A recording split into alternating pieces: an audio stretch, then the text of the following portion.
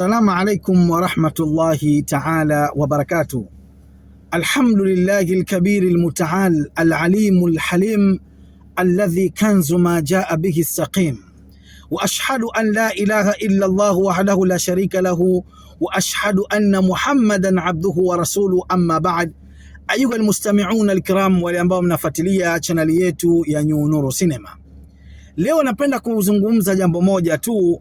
Kaifa wasaltuka al-Hakim Malik ibn Yunus as-Safali, vipi anaweza kuhudhuria mfalme wa kiruhani anaitwa Malik ibn Yunus as-Safali?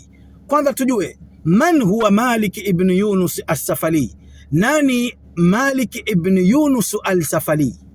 Nikisema al-Malik ibn Yunus as-Safali ni ruhani ambaye ameshika katika utawala wa koo, yani hizi koo ambazo zipo katika za kijini ambazo zinatawala katika ulimwengu, basi Malik ibn Yunus as-Safali ni mmoja katika ukoo mkubwa sana wa kijini ambao unatawala katika ulimwengu wa kijini.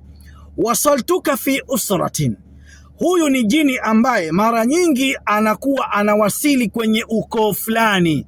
Kwa mfano, kama ukoo fulani wenu labda una usharifu fulani, ukoo fulani wenu labda ulikuwa una kheri fulani unazifanya, ulikuwa unachimba misikiti, unachimba visima, unasaidia mayatima, yani ukoo ule wa kheri, anapenda kukaa Malik ibn Yunus as-Safali, huyu mfalme wa kijini wa kiruhani, na anatawala pale miaka na miaka, dahari na dahari, vizazi na vizazi, anakuwa katika familia ile vizazi na vizazi vya miaka mingi, katika miaka ambayo inaendelea mpaka kizazi kile au mpaka ruhani ule anakufikia wewe. Sasa hivi ndio unaitwa una ruhani wa jadi ya kwenu.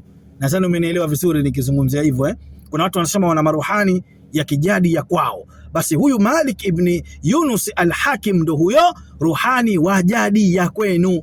Lakini kuna watu wanao maruhani hawa jadi, lakini hawamjui huyu Malik ibn Yunus al-Hakim ni ruhani wa aina gani, anatumia pete gani, anatumia utawala gani, anatawalishwa vipi. Wanaambiwa tu katika familia yenu nyie mnao maruhani, mnao majini wa kiruhani ambao wa ukoo, kumbe hawajui ukoo mkubwa wa kijini ni Malik ibn Hakami ibn Yunus bin Hakami as-Salafi. Huyu ni katika majini ambao mara nyingi sana wana dalili kubwa za mtu ambaye atakuwa ana jini huyu wa ukoo katika familia. Dalili ya kwanza ya kuwa na jini huyu wa ukoo wa kiruhani, utakuwa wewe unajiona umekuwa mfalme wa kijini. Yani wewe usiku unaota kwamba umekaa na utawala wa kijini au umekaa na majini wenzako, lakini wewe ndo mfalme ambaye umekaa katika kile kiti cha enzi cha kule ujinini. Yani ndoto unaota kwamba wewe umekuwa mfalme katika falme za kijini, kwamba wewe ni binadamu lakini unawaongoza wale majini wa sehemu ile. Kumbe yule jini yeye ni mkubwa, kwa hiyo ule ukubwa amekukabidhi wewe.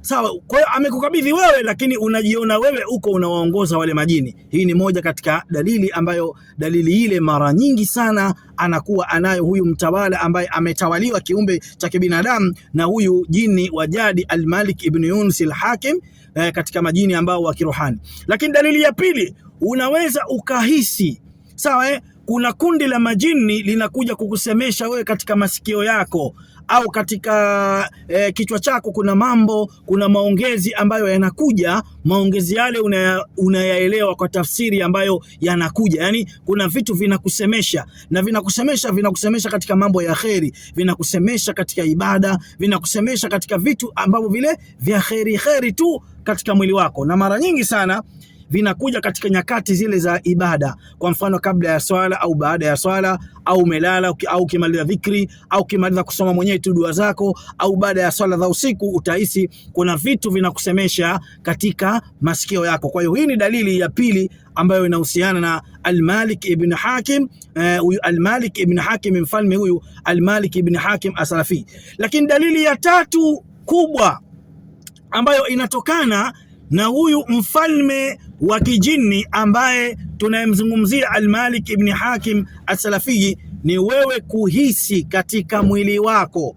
Kuhisi katika mwili wako, baadhi ya wakati unakuwa kama uliokuwa unataharaki kama unakuwa mwili ambao labda una kama msisimko fulani baada ya kuhisi kuna kitu ambacho labda unafatana nacho katika mwenendo au katika mwendo wako ambao unaokwenda. Yani ukiwa unakwenda hivi basi unahisi kuna kitu kama kinakuwa kinakufuata, lakini kukufuata kwake sasa hasa unapotokea na athari au ajali au kitokea na tukio la mtu kukudhuru au kama kuna safari yako unayokwenda labda haiko sawa. Kwa hiyo unaweza kujiona tu wewe mwenyewe hafla ile safari unaighairi, unapindisha kwamba hutaki ile safari uweze kufanya nini, kuweza kwenda katika ile safari hafla tu, au unajiona kama mgonjwa, kama kuna jambo labda kama kuna nyumba utakwenda, wao unajiona kama unaumwa, leo sendi.